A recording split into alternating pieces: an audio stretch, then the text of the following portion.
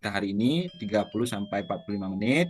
Untuk itu waktu sepenuhnya saya serahkan kepada Bapak untuk melakukan ujian pada kesempatan hari ini. Terima kasih. Nggih, terima kasih Pak Suka. Dia mulai saja nggih. Selamat pagi anak-anak. Bagaimana kabar hari ini? Ya, mudah-mudahan anak-anak dalam keadaan sehat ya.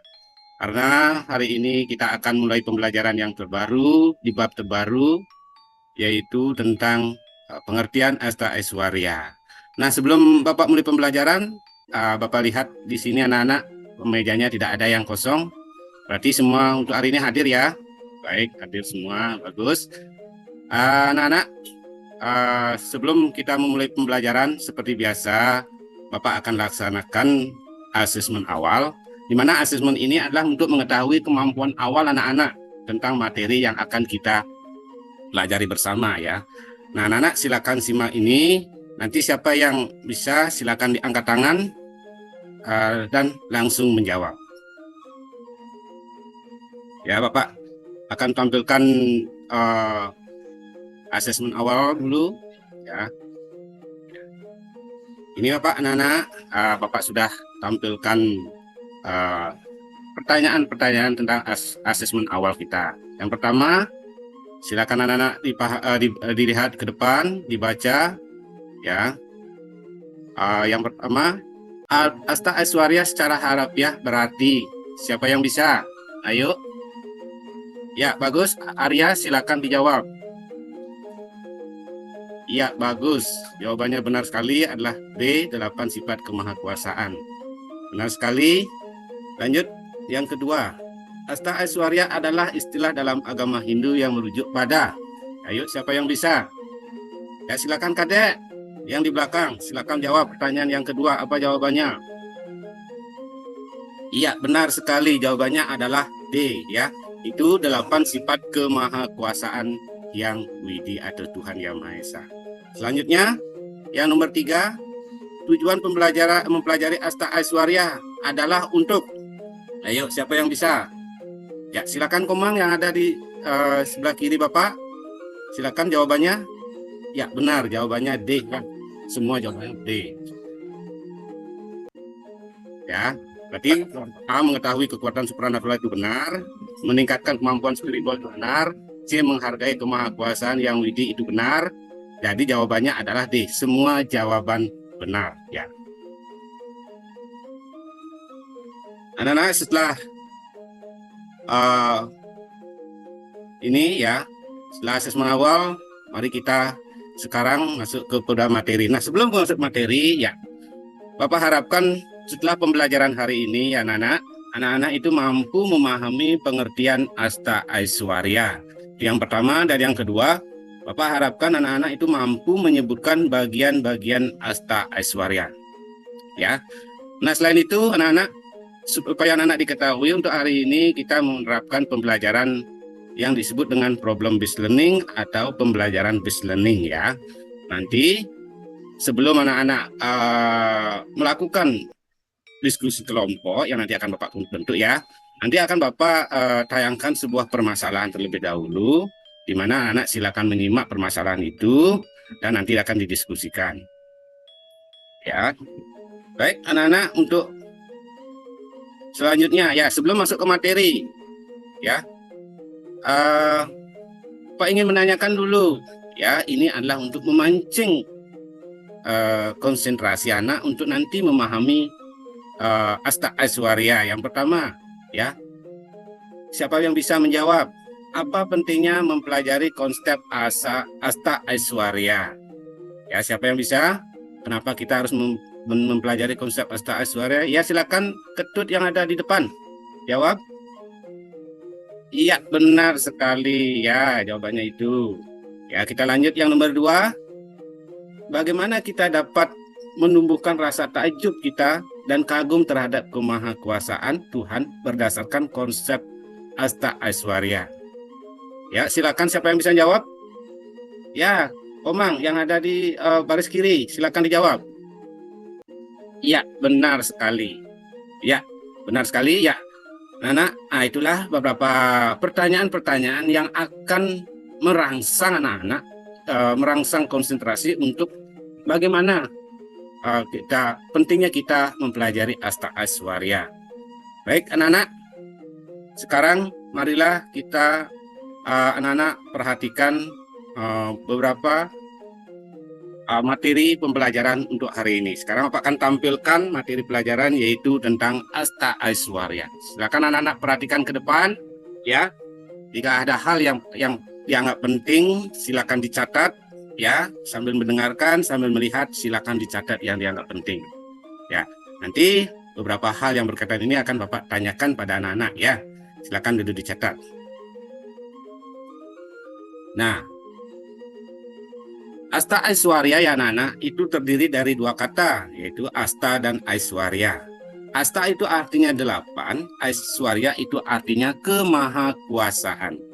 Ya. Nah, jadi pengertian Asta Aiswarya itu adalah 8 kemahakuasaan Tuhan yang dimiliki dalam agama Hindu, ya.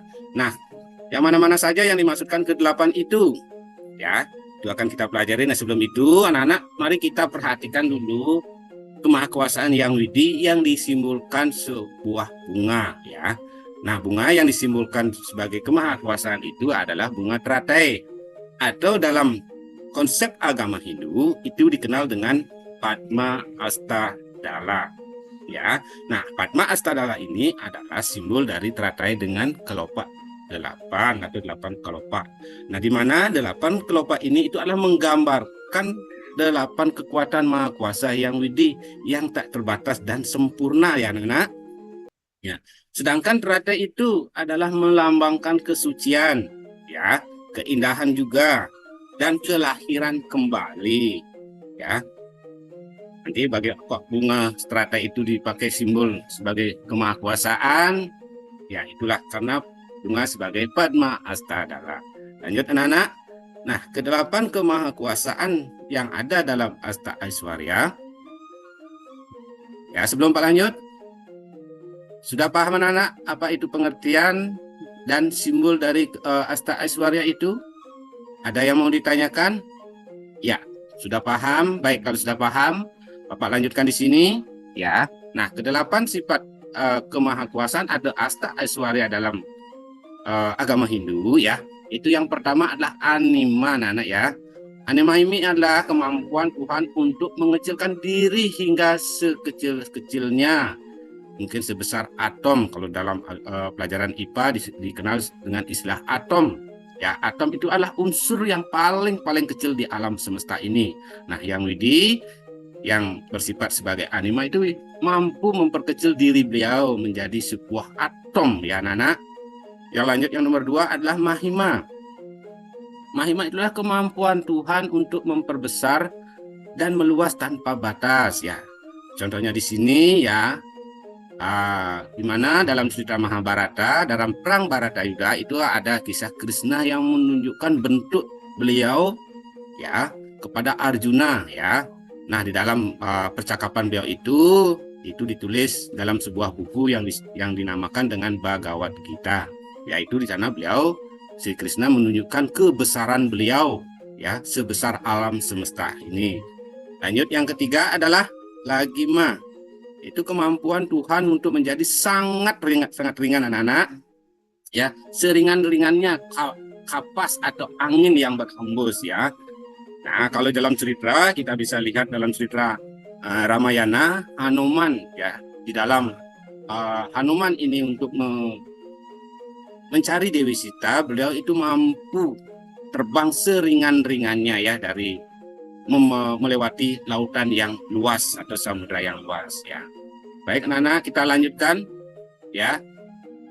Yang keempat itu adalah prapti anak-anak ya. Prapti di sini adalah kemampuan Tuhan untuk mencapai segala sesuatu ya anak-anak. Contohnya dalam Ramayana ini mendapatkan senjata dari Tuhan Yang Maha Esa. Yang selanjutnya adalah prakambya ya. Nana adalah kemampuan Tuhan untuk mewujudkan keinginan apapun ya. Selanjutnya ya Nana, Istiwa ya, istiwa itu kemampuan Tuhan untuk mengendalikan segala yang ada. Contohnya beliau bisa mengendalikan angin, api, dan air. Yang ketujuh yaitu wasitwa ya. Nah, di sini adalah kemampuan Tuhan untuk mempengaruhi orang lain dan benda ya. Nah, di sini contohnya dalam cerita para dewa, Wisnu yang dapat mempengaruhi dewa-dewa lain. Ya. Yang terakhir itu adalah Yatra Kama Wasayitwa ya. Artinya kemampuan Tuhan atau segala kehendaknya berhasil sempurna. Tidak ada siapapun dan apapun yang dapat melawan kehendak dan kodratnya. Ya. Nah, cerita di sini ya mungkin Dewa Wisnu yang bisa mempengaruhi dewa-dewa yang lain. Baik anak-anak, demikianlah pemaparan Bapak tentang pengertian Asta Aiswarya dan bagian-bagian daripada Asta Aiswarya. Ya, anak-anak sudah paham? Ada yang ditanyakan tentang apa itu pengertian dan bagian-bagian Asta Aiswarya? Baik, kalau tidak ada paham, anak-anak, ya sekarang Bapak akan memperlihatkan sebuah video ya anak-anak, seperti apa yang Bapak tadi di depan sampaikan. Hari ini kita akan belajar dengan menggunakan model pembelajaran problem based learning ya anak-anak, di mana pembelajaran ini adalah kita akan mengetahui permasalahan terlebih dahulu. Ya, permasalahan terlebih dahulu. Lalu dari permasalahan itu kita diskusikan secara berkelompok di dalam kelompoknya, ya. Anak-anak nanti dalam berdiskusi silakan anak-anak memanfaatkan media-media yang anak-anak miliki, mungkin buku paket atau buku-buku referensi yang berkaitan dengan Asta Aiswarya atau dengan bermenjelajah di Google, ya. Baik, anak-anak, sekarang Bapak akan memperlihatkan sebuah video ya anak-anak. Video ini ya sangat masih berkaitan dengan materi kita hari ini, yaitu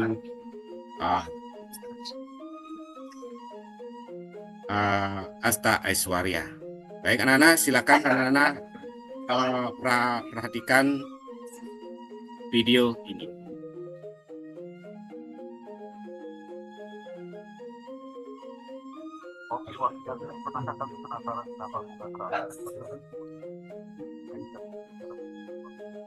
Hari ini kita akan bersama-sama menyemakna teratai sebagai simbol kehadiran Tuhan. Coba kita perhatikan.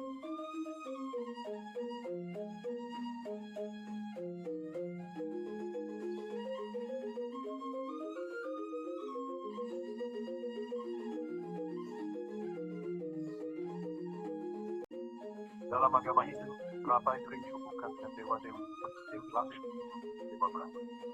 Bunga ini menjadi simbol kecintaan, keindahan, dan kemakmuran. Teratai menunjukkan bahwa kekuatan Tuhan mampu hadir bahkan di sesuatu yang paling sulit. Bagi agama Buddha, teratai juga punya makna besar. Bunga ini menggambarkan kemahakuasaan dan perjalanan spiritual dan ketidaktahuan. Sama seperti teratai yang tumbuh dari lumpur cahaya, kita pun menemukan jalan bijaksana dan cerah. Nah, dalam konteks spiritualitas kita, teratai sering dianggap sebagai keindahan dan kebenaran. Kemampuan teratai untuk tetap bersih dan tetap murni. Bukan kekuatan Tuhan yang mampu kita dalam godaan. Jadi, apa pesan yang bisa kita ambil dari semua? Setiap kali melihat bunga teratai, mari kita ingat untuk tetap teguh dan berpegang pada kebijaksanaan spiritual, bahkan di tengah kesulitan. Kita diingatkan bahwa di balik segala kekacauan ada cahaya Tuhan yang menantang. Semoga penjelasan ini bermanfaat dan menginspirasi kalian untuk memahami. Sampai jumpa. Terima kasih sudah menonton. Jangan lupa like, komentar, dan subscribe untuk konten-konten selanjutnya. Om Santi, Santi Sangat Om. Ya. Baik anak-anak, itu sudah Bapak tayangkan video ya. Anak-anak sudah memperhatikan ya, mengagung-agungkan bunga teratai ya, sesuai dengan apa materi yang kita pelajari hari ini ya. Baik anak-anak, sekarang anak-anak silakan anak-anak duduk berkelompok, silakan cari teman kelompoknya. Nah, kalau setiap kelompok itu Bapak batasi dengan 4 orang ya, 4 orang, laki perempuan boleh dicampur, silakan duduk ya. Baik. Sudah semuanya dapat kelompok? Ya, sudah ya. Silakan anak duduk dan tertib ya. Hari ini ya Bapak akan bagikan LKPD untuk anak-anak yang akan anak-anak didiskusikan dengan kelompoknya ya. Nah, di dalam pengerjaan ini Bapak kasih waktu 20 menit dan untuk anak-anak berdiskusi ya. Anak-anak silakan didiskusikan dengan temannya dengan waktu 20 menit ya. Baik, Bapak akan bagikan LKPD anak-anak. Pak sudah bagikan LKPD anak-anak, silakan perhatikan LKPD-nya ya. Di sana anak-anak baca dulu instruksinya ya, instruksinya. Setelah itu pahami instruksinya dan lakukan diskusi dengan teman kelompoknya. Nah, selama berdiskusi, jika ada yang belum dipahami tentang instruksi dari LKPD itu, silakan ditanyakan. Ya, jangan ragu-ragu anak-anak ya untuk bertanya ya. Kalau bertanya, Bapak tidak akan marah kalau anak-anak mau bertanya, malah Bapak senang kalau anak-anak mau bertanya. Berarti kalau anak-anak mau bertanya, itu menandakan bahwa anak-anak itu memang benar-benar memperhatikan atau benar-benar belajar ya. Silakan dikerjakan. Baik anak-anak ya, bel sudah berbunyi ya. Anak-anak silakan kembali ke tempat duduknya.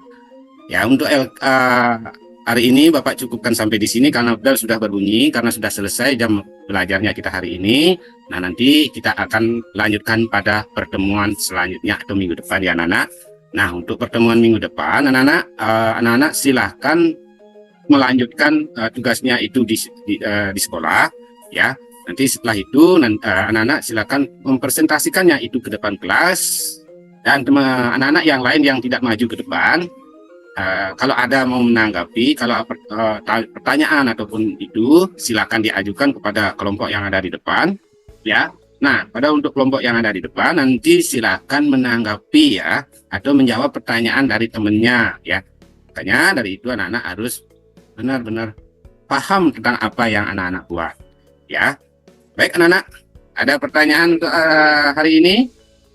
Tidak ada. Baik, kalau tidak ada, Bapak cukupkan sampai di sini.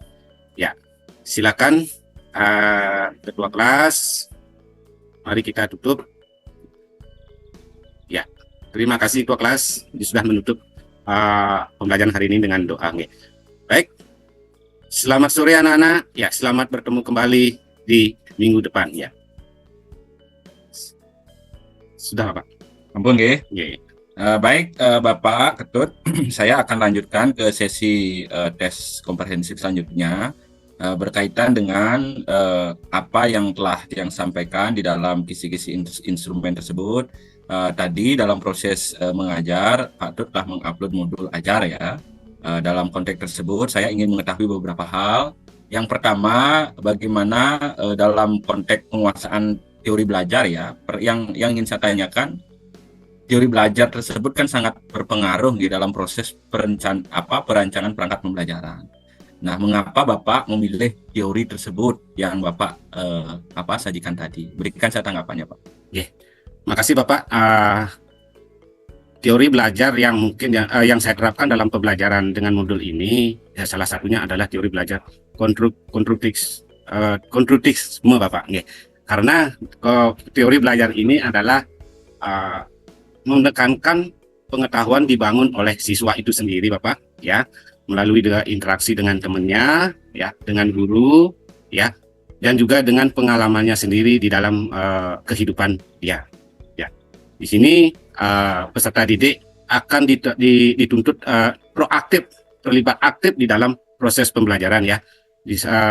Mereka tidak hanya menerima pembelajaran saja, tetapi mereka membangun pemahaman mereka sendiri terkait dengan materi ajar. Itu saja Pak. Baik, terima kasih Pak Ketut atas jawabannya. Tadi saya juga telah menyimak Pak Ketut telah menggunakan teori tersebut dalam proses pembelajaran. Nah, selanjutnya saya ingin mengetahui Pak Ketut tentang tujuan pembelajaran atau TP, ATP gitu ya, TP AJK, PBL dan PJBL. Nah, yang ingin saya tanyakan tentang pada tujuan pembelajaran Pak pada TP. Nah, pertanyaan saya dalam perumusan TP atau tujuan pembelajaran, bagaimana Bapak memastikan bahwa tujuan tersebut relevan dengan kebutuhan siswa dan kurikulum yang berlaku? Apalagi kan Bapak ada di Bali ya, yang tentunya berbeda di tempat yang lain. Silakan Pak. Dalam perumusan TP ya, untuk memastikan bahwa TP tersebut itu sangat relevan sekali untuk memenuhi kebutuhan siswa sesuai dengan kurikulum Merdeka yang saya terapkan di sekolah ya. Nah, yang pertama adalah memastikan bahwa TP tersebut itu memenuhi kebutuhan belajar siswa ya, memenuhi kebutuhan belajar siswa. Di mana TP yang dirancang sebelumnya itu mempertimbangkan tingkat perkembangan kognitif siswa, baik sosial ya, emosional dan gaya belajar siswa. Karena gaya belajar siswa seperti dalam pembelajaran berdiferensiasi itu ada visual, auditor, dan sintetik ya, itu lagi satu. Ya, selain itu ya, dalam merancang TP ini itu harus sejalan dengan tujuan kurikulum Bapak ya, di mana TP itu harus mendukung pencapaian kompetensi yang telah ditetapkan dalam kurikulum ya. Nah, selain itu dalam merancang TP ini itu harus juga mencapai standar kompetensi kelulusan sekolah ya, di mana TP ini harus membantu siswa untuk mencapai standar standar kelulusan itu yang diharapkan pada akhir pembelajaran. Oke, mungkin itu saja Pak. Baik, terima kasih Pak Ketut. Selanjutnya saya masih pada perangkat pembelajaran ya, pada modul ajar yang meliputi tujuan, materi ajar, metode, media, LKPD dan instrumen asesmen ya. Nah, saya akan masih pada tujuan pembelajaran ya. Nah, apakah tujuan pembelajaran yang Bapak tetapkan tersebut mendukung siswa untuk mencapai kompetensi ABA 21 seperti berpikir kritis, kreatif, dan kalau itu ada kompetensi itu, bagaimana Bapak melakukan penerapannya? Dan tadi sekilas saya sudah lihat, kira-kira bagaimana Bapak bisa menjelaskan tersebut? Ya, makasih Bapak. Dalam penerapannya itu pasti ada Pak, karena di awal merancang tujuan pembelajaran ada tujuan yang harus dicapai. Nah, dalam penerapannya ini sesuai dengan untuk mencapai kompetensi abad ke-21 ya Bapak, itu yang pertama yang saya lakukan adalah merumuskan tujuan pembelajaran yang aktif ya. Artinya dalam merancang tujuan pembelajaran itu menghindari tujuan pembelajaran yang pasif ya, yang hanya menghafal fakta atau mendorong siswa untuk menganalisis ya. Nah, yang kedua adalah menggunakan metode pembelajaran yang aktif atau interaktif ya.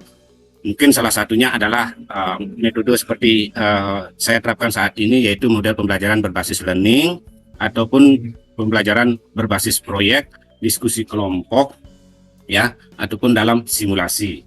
Nah, selanjutnya ya, untuk mencapai kompetensi abad 21 tidak lupa juga saya menekankan untuk memanfaatkan teknologi ya Bapak. Karena pada saat ini pemanfaatan teknologi itu sangat sekali diharuskan bagi kita pendidik maupun anak-anak didik ya. Selanjutnya yaitu menciptakan ya lingkungan belajar yang mendukung seperti fleksibilitas ya, memberikan kebebasan siswa untuk mengeksplorasi minat mereka. Contohnya dalam penerapan P5 ya, di sana ada berbagai macam tema proyek P5, anak-anak bisa diarahkan di sana ya. Yang pertama adalah mengakui keberagaman ya, keberagaman baik itu di lingkungan sekolah maupun di lingkungan dia sendiri ya. Anak-anak di sini diajak untuk menghargai tentang keberagaman yang ada, baik itu mungkin keberagaman agama ya, supaya tidak terjadi intoleransi di antara siswa. Mungkin itu saja Bapak. Baik, terima kasih Bapak atas jawabannya. Selanjutnya saya ke kriteria ke kisi selanjutnya ya, berkaitan dengan pendalaman penguasaan materi ajar ya, yang bersifat esensial, termasuk yang terpenting adalah bermuatan hot ya, high order thinking skill gitu ya. Pertanyaan saya adalah bagaimana Bapak bisa memastikan bahwa materi tadi ya, materi ajar yang esensial yang Bapak sampaikan tadi mampu memberikan pemahaman yang mendalam dan tentu relevan bagi siswa. Ini penting Pak. Kira-kira bagaimana Bapak memastikan hal tersebut? Materi ajar yang esensial ya. Yang pertama adalah itu yang perlu saya lakukan adalah menganalisis kebutuhan siswa ya. Yang pertama itulah menganalisis kebutuhan siswa, di mana dalam analisis itu asesmen awal seperti apa yang sudah sampaikan di awal di PPT itu, asesmen awal itu untuk mengetahui pengetahuan awal atau keterampilan atau gaya belajar siswa. Ya, yang kedua yang perlu saya analisis adalah identifikasi kesenjangan ya, karena pengetahuan yang dimiliki oleh siswa itu berbeda-beda antara satu yang dan lainnya, sehingga di sini memerlukan identifikasi materi. Dan yang kedua untuk materi esensial ya, memberikan pemahaman yang mendalam, yang relevan adalah mendesain materi ya yang relevan bagi siswa. Setelah kita menganalisis, mengidentifikasi kebutuhan siswa, lanjut kita mendesain materi. Selanjutnya, setelah mendesain materi, kita menerapkan atau mencari model-model pembelajaran yang cocok bagi anak didik kita atau peserta didik kita. Ya, yang keempat adalah melakukan evaluasi berkelanjutan, ya seperti penugasan, ya, asesmen formatif, ya, dan asesmen sumatif. Itu evaluasi yang gunanya untuk mengukur kemampuan anak-anak tentang pemahaman materi yang kita ajarkan. Nah, yang selanjutnya adalah mungkin yang bisa lakukan adalah melakukan umpan balik yang konstruktif ya. Artinya umpan balik itu jelas tentang apa yang sudah dipahami dan apa yang perlu diperbaiki. Ya, mungkin itu saja Bapak. Baik, terima kasih Pak Ketut. Selanjutnya juga masih dalam proses asesmen ya. Tadi dalam proses rancangan pembelajaran itu kan ada asesmen awal, asesmen formatif, sumatif, dan selanjutnya. Tentu yang menjadi pertanyaan saya adalah dalam asesmen awal yang Bapak tadi sampaikan dalam PPT itu, bagaimana Bapak bisa memastikan tes tersebut memberikan gambaran yang akurat ya tentang kesiapan siswa dalam mengikuti pembelajaran yang Bapak sampaikan tadi. Oke, terima kasih Bapak. Mungkin yang pertama ya yang akan saya lakukan adalah membuat asesmen yang validitas dan reliabilitas Bapak. Artinya kalau validitas itu adalah memastikan tes yang saya buat itu mengukur apa yang seharusnya diukur ya. Itu kalau validitas itu, reliabilitas itu adalah memastikan tes yang saya buat itu adalah konsisten jika itu dilakukan pengujian ulang terhadap kondisi yang sama. Ya. Yang kedua adalah representasi materi yang komprehensif. Ya, artinya ini mencakup materi ya, materi yang soal yang harus mencakup seluruh materi prasyarat yang dibutuhkan untuk pembelajaran selanjutnya. Yang kedua adalah tingkat kesulitan. Ya, soal itu harus bervariasi ya Pak. Ya, kalau di dalam teori belajar belum, yaitu ada C1, C2, C3, C4, C5, C6. Ya, ada level kognitif itu nanti akan divariasikan dari yang mudah, sedang, dan sulit. Yang kedua itu adalah yang selanjutnya adalah format soal. Saya mungkin akan buat lebih bervariasi ya, tidak hanya berpilihan ganda. Saya mungkin buat esai, soal urian ya, praktek juga.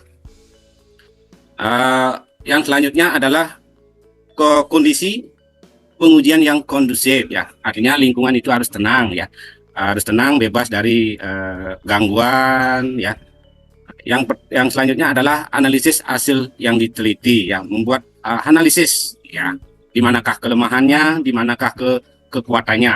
Dari C1, C2, C3 itu bisa kita mengetahui kelemahan dan keunggulan peserta didik ya.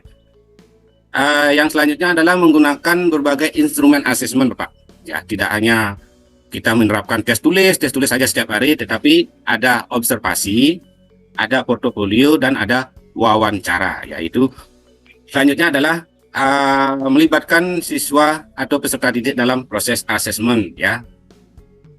Artinya siswa itu dilibatkan dalam artian dalam mencapai tujuan dari asesmen itu ya, yang masih mengaitkan tentang materi ajar.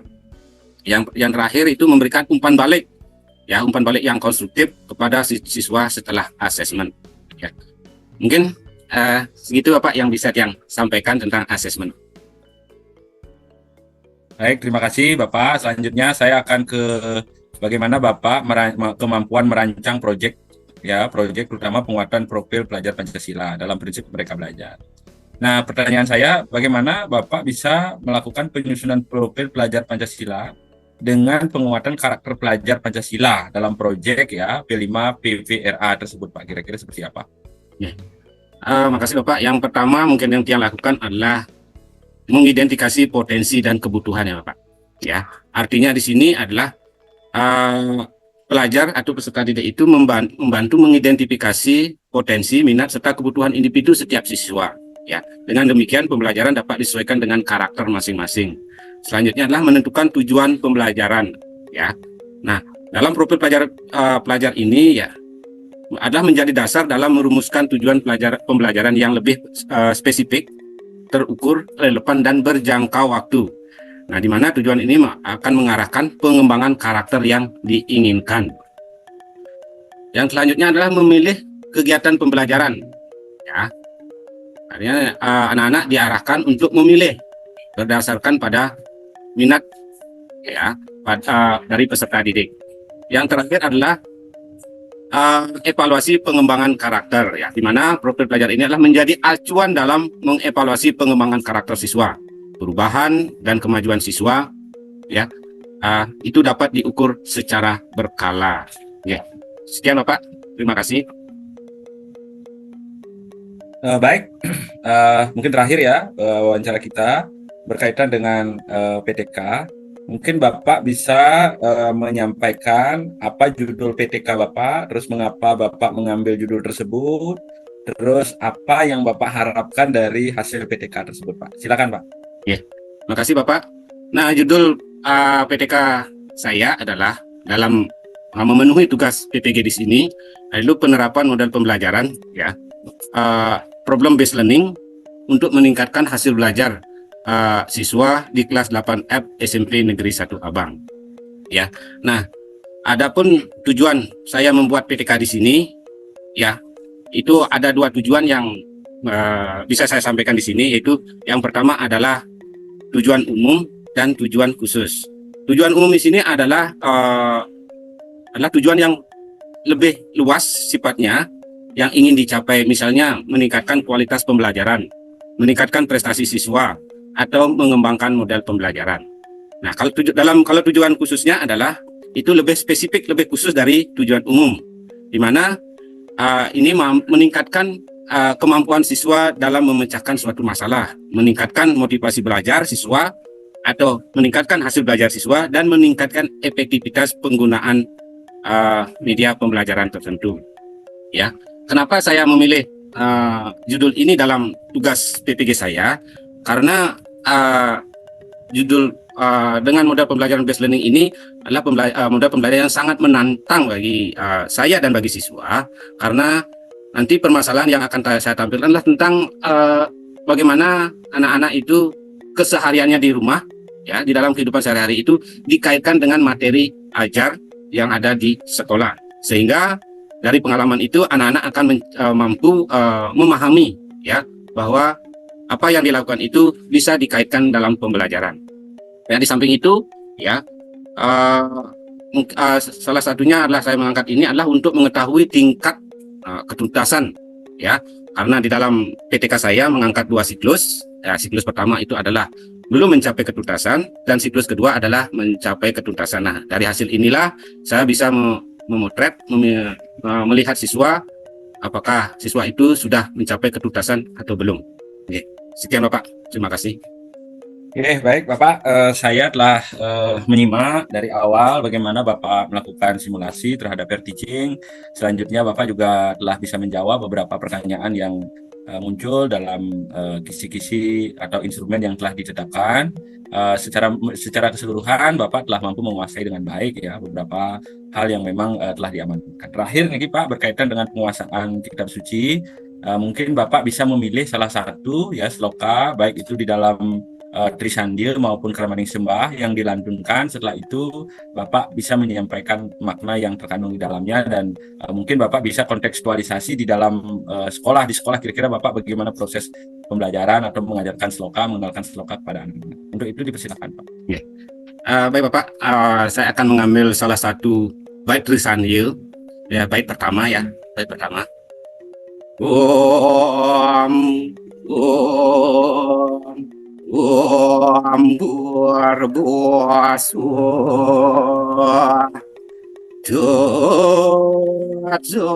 Witur Warenu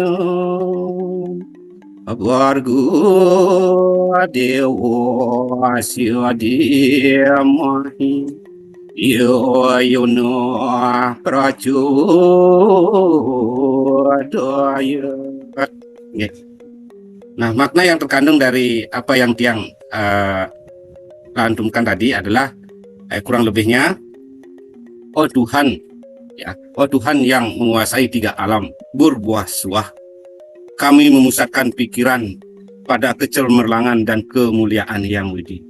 Semoga Engkau berikan semangat pikiran pada kami. Oke. Nah, ini Puja Trisandia ini saya terapkan di sekolah itu karena 2 kali di dalam setiap hari ya Pak. Di pagi hari sebelum pembelajaran dimulai ya, anak-anak dikumpulkan di lapangan ya. Kita baik itu guru, pegawai dan siswa itu bersama-sama mengucapkan atau menghidungkan atau melantunkan Puja Trisandia dengan syair seperti apa yang saya sampaikan. Nah, setelah itu juga sebelum anak-anak pulang, pas di jam 12 juga kembali kami melakukan persembahyangan bersama ya. Tapi itu tidak dilakukan di lapangan, tapi di kelas karena suasana mungkin karena panas gitu, sehingga di kelas kita lakukan. Nah, selain itu Bapak, di seling-seling pembelajaran juga yang tidak lupa mengajak anak-anak untuk kembali